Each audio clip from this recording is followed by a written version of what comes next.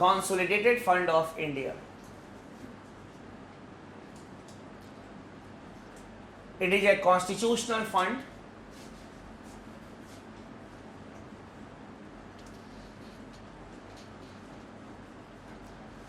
It is a constitutional fund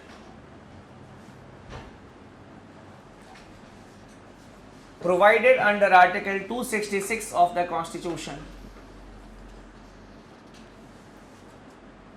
Provided under Article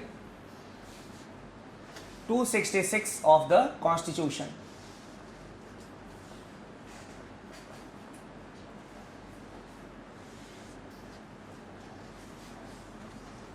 It is the largest fund of the Government of India.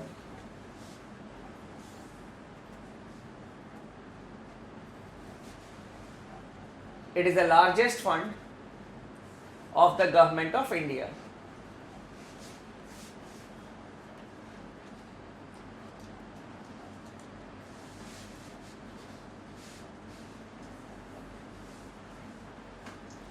All the taxes collected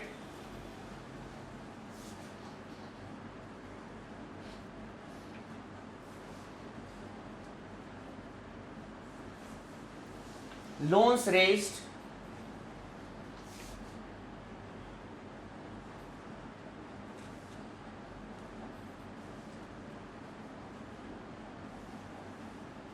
and income received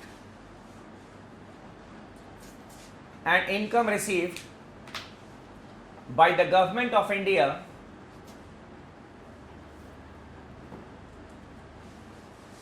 are deposited into this fund.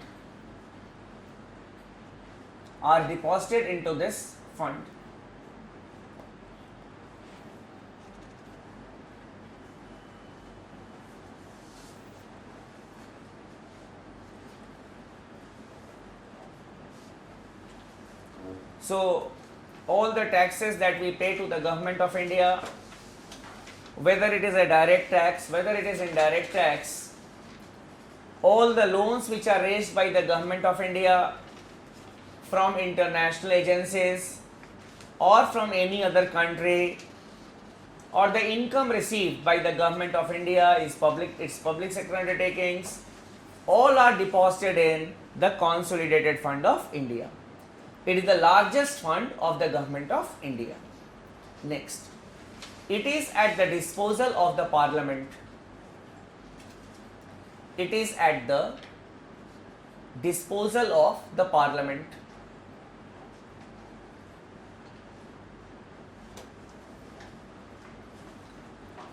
That is, no amount can be withdrawn from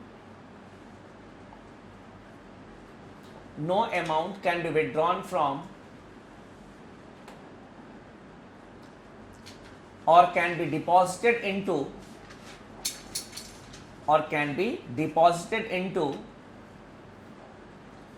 the Consolidated Fund of India without the approval of the Parliament.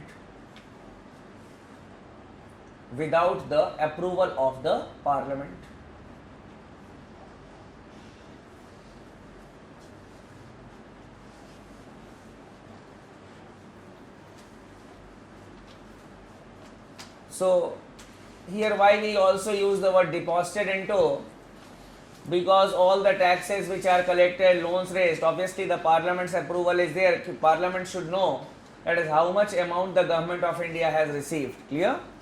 And then the approval is done by the Parliament. Not a single rupee, single paisa can be withdrawn from the Consolidated Fund of India without the prior approval of the Parliament. Next you can write as note, N-O-T-E. Every state has its own consolidated fund. Every state has its own consolidated fund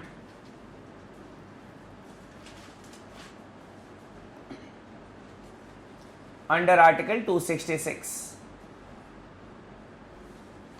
So in this article only 266 it is written that there shall be a consolidated fund of India oblique the states.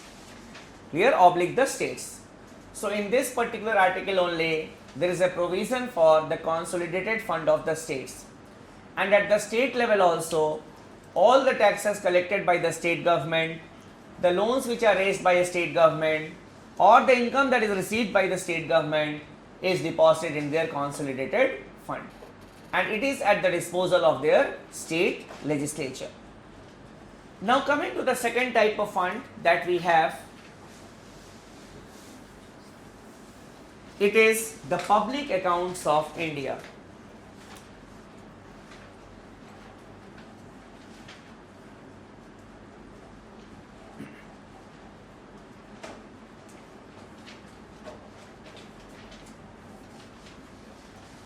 The public accounts of India.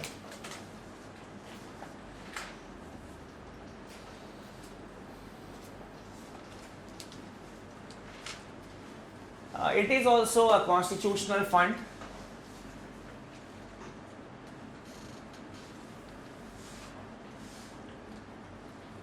Provided under the same article 266.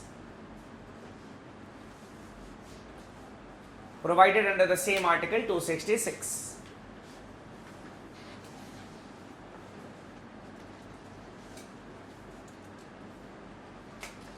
So in the first paragraph, the Constitution talks about the consolidated fund of India. In the second paragraph, the Constitution talks about the public accounts of India. Clear? So in the same article, we have got provisions for both the consolidated fund of India as well as the public accounts of India. Okay? Up. Next you can write all other type of money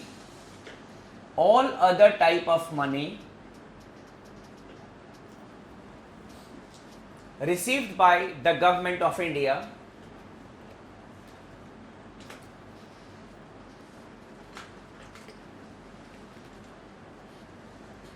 is deposited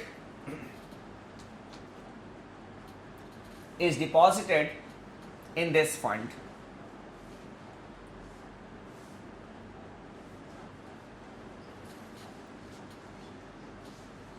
For example, savings of the employees like the provident fund. Savings of the employees like the provident fund.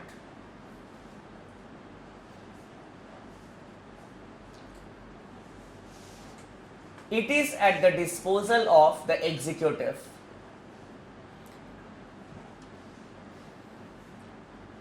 It is at the disposal of the executive. Executive here will not mean the union executive or the union cabinet. But here when we need a loan from the provident fund, what we do? We write to the administrative officer of the concerned office or the accounts officer, and they, we can say, undertake the formalities and the loan is given or sanctioned to the concerned person. So it is in this sense that we have written here that it is at the disposal of the executive. The next fund is, here also every state has got its own public accounts. Then coming to the third one, the third fund is the contingency fund of India.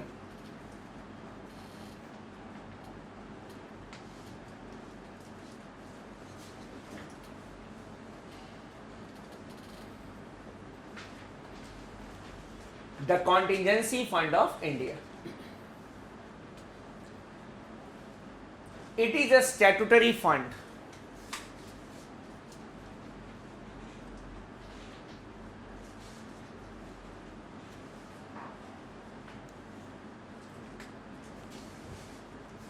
It is a statutory fund.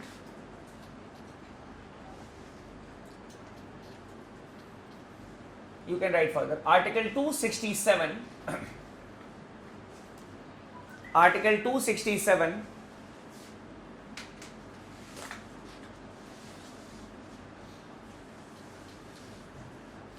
authorizes the Parliament Article 267 authorizes the Parliament to provide by law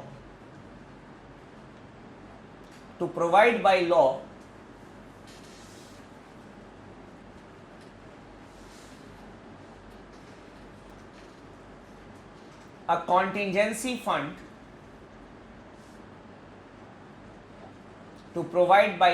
contingency fund to meet some emergency situations. Now you say it is not written in Article 267 that there shall be a contingency fund of India. But what Article 267 has done, it has authorized the Parliament to create a contingency fund of India. The Parliament has been authorized that it can create a contingency fund of India. So when the Parliament was authorized, then the Parliament passed the Contingency Fund Miscellaneous Provisions Act, and the Contingency Fund of India was created. So that is why we say that it is a statutory fund, means it was created by an act of the Parliament. Likh lo. Accordingly, the Parliament passed the Contingency Fund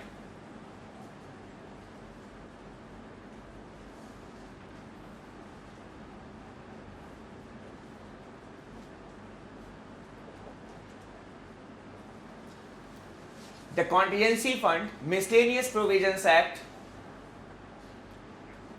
1951,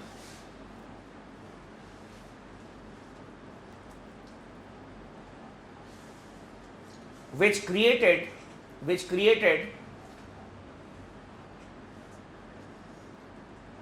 the Contingency Fund of India,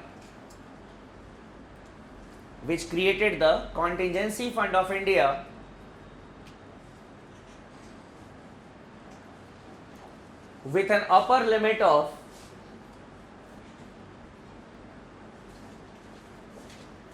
rupees 50 crores.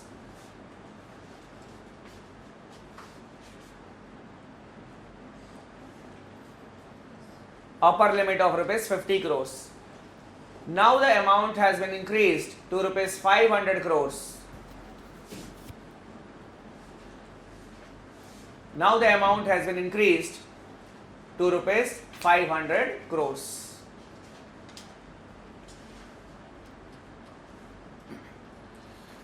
Next, it is at the disposal of the President. It is at the disposal of the President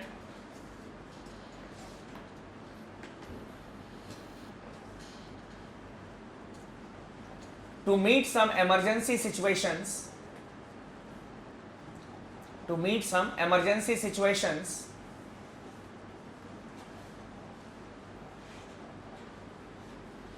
When the Parliament is not in session.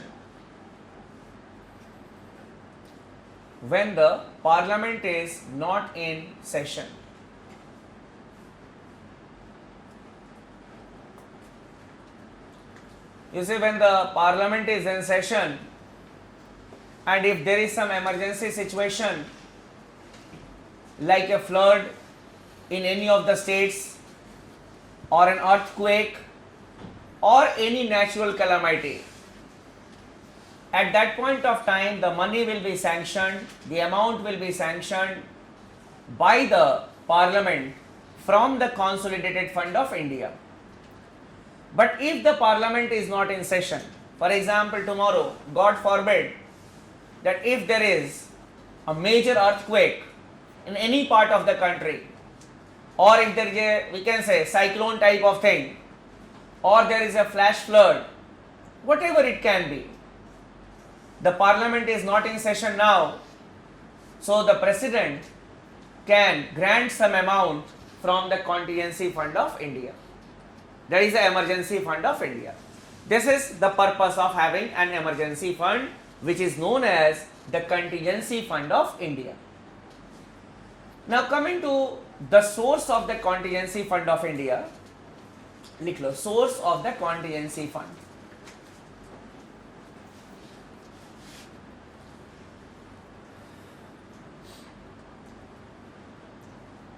The amount sanctioned by the president, the amount sanctioned by the president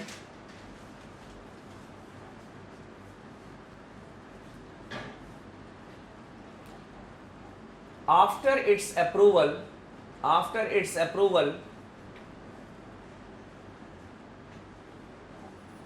by the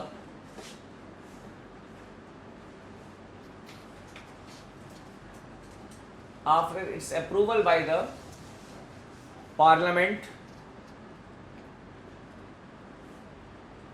is transferred from the consolidated fund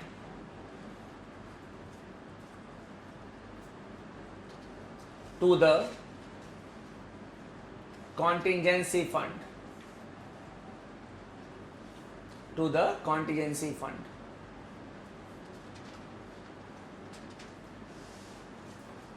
So basically the source of the contingency fund of India is consolidated fund of India. For example, if the president sanctions 100 crores for some emergency purpose, now, so when the parliament will meet for the next time, the parliament will approve that amount, and after that the parliament will approve the amount, that money will be transferred from the consolidated fund of India to the contingency fund of India, so that this amount will always be the same, that is 500 crores. These are the three types of funds. बाकी जो भी fund है, Prime Minister's Fund of Relief Fund और ये सब, these are, we can say, the charitable funds. That is charity. If you wish, you can give, you can contribute or you may not contribute. These are charitable funds. Now coming to the passage of bills in the parliament. How a bill is passed in the parliament.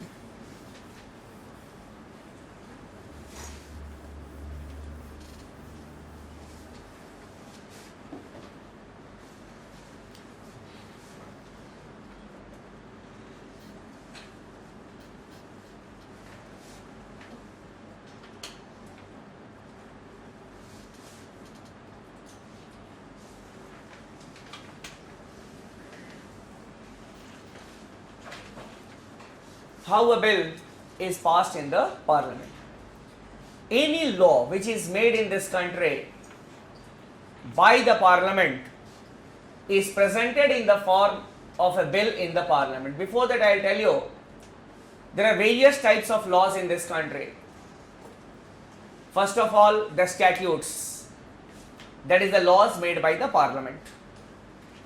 The Criminal Procedure Code, the Domestic Violence Act, the Consumer Protection Act, Juvenile Justice Act, they have been made by an act of the parliament.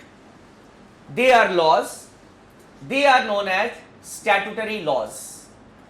A law made by the legislature. Then we can have some laws made by the executive, that is by a cabinet resolution. It is also a law. It is not that only the parliament makes a law for this country.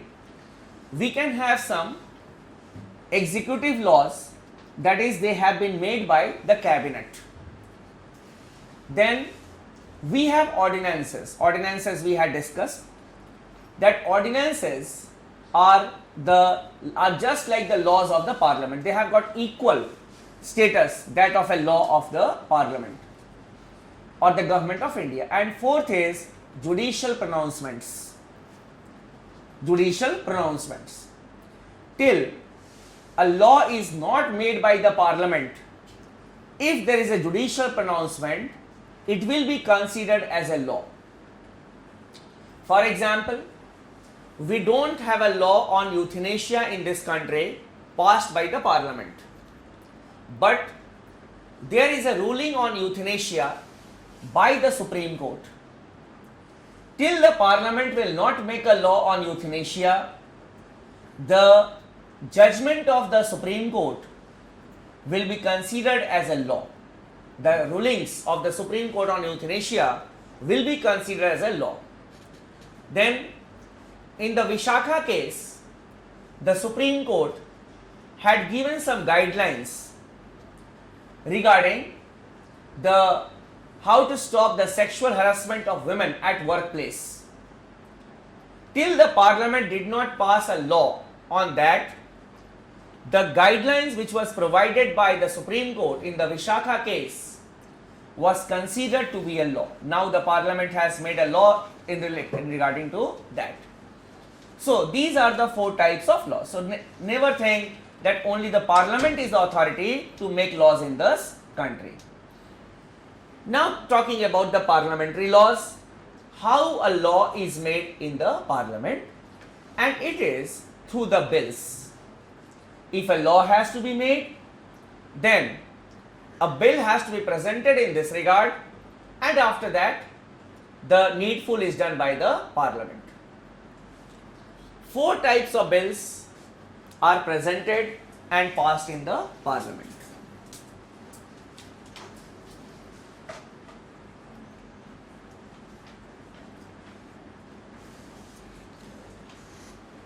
Ordinary bill,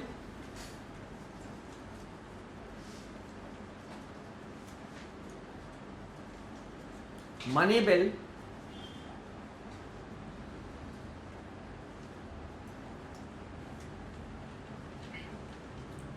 financial bill,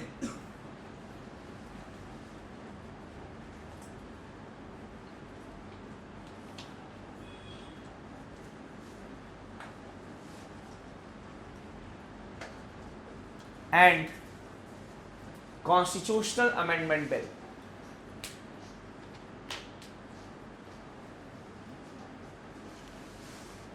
These are the four types of bills which are passed by the Parliament.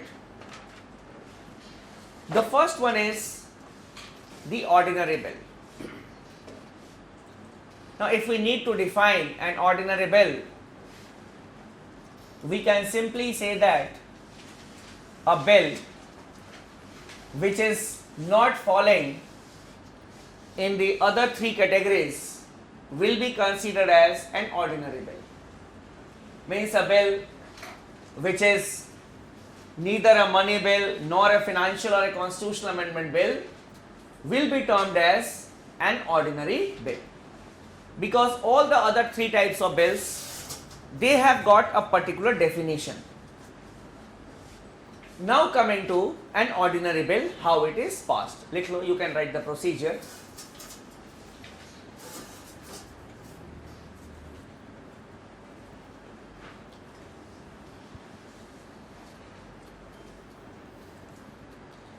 Such a bill can be introduced, such a bill can be introduced in either house of the Parliament,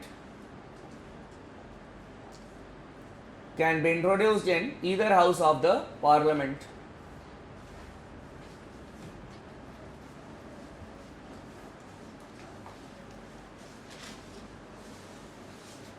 Either house of the Parliament.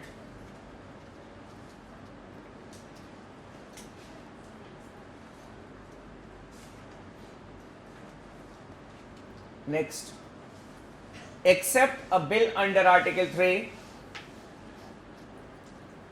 except a bill under Article 3,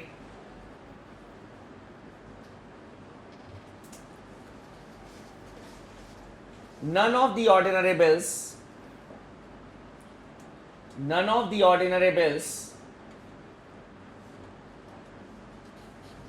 require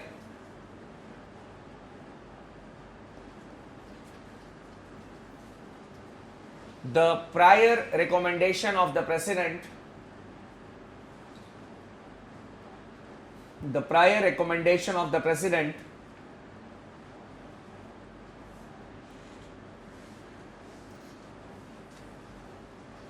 for its introduction in the parliament. For its introduction in the parliament. Article 3 we had discussed the process for the creation of a new state.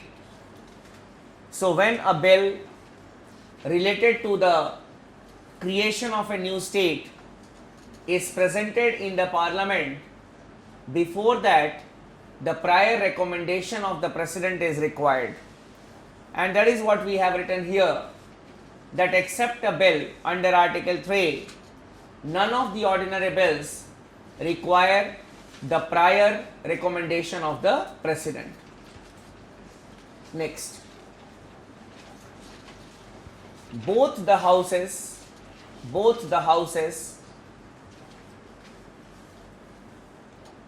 enjoy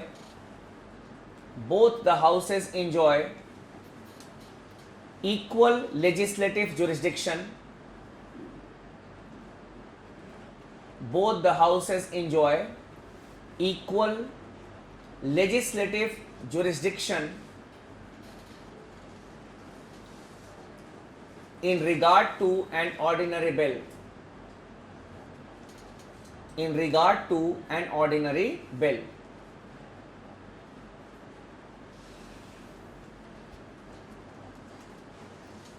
Equal legislative jurisdiction means both the houses have got equal powers. It means that if the Lok Sabha will pass it, if the Rajya Sabha will not pass it, the bill will not be passed. Means both the houses must pass the bill. That is what we have written here. Next, in case of a deadlock,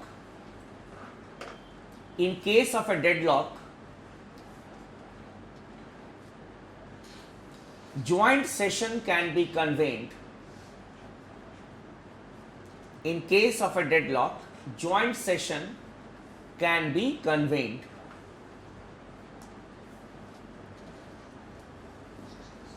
Joint session means both the houses will sit together and then they will pass the bill. Next, the bill has to be passed by a simple majority. Sorry. The bill has to be passed by a simple majority. Next, after its passage,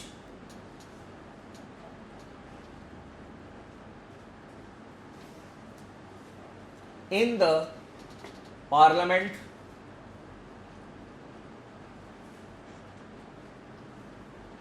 the president can give his assent. The president can give his assent, or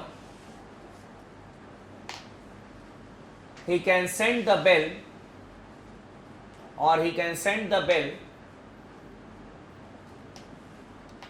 for the reconsideration of the parliament. He can send the bill for the reconsideration of the parliament only for once,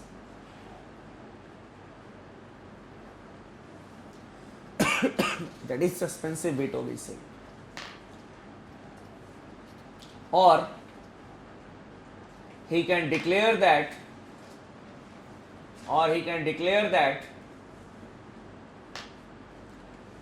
he is withholding the assent. He can declare that he is withholding the assent. That is pocket veto.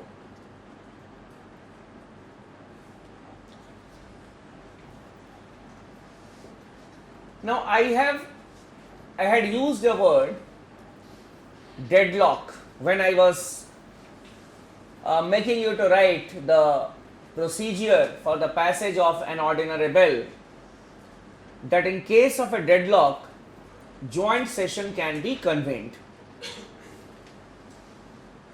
Deadlock means complete disagreement between the two houses, but technically the meaning of deadlock, the grounds of deadlock have been mentioned in article number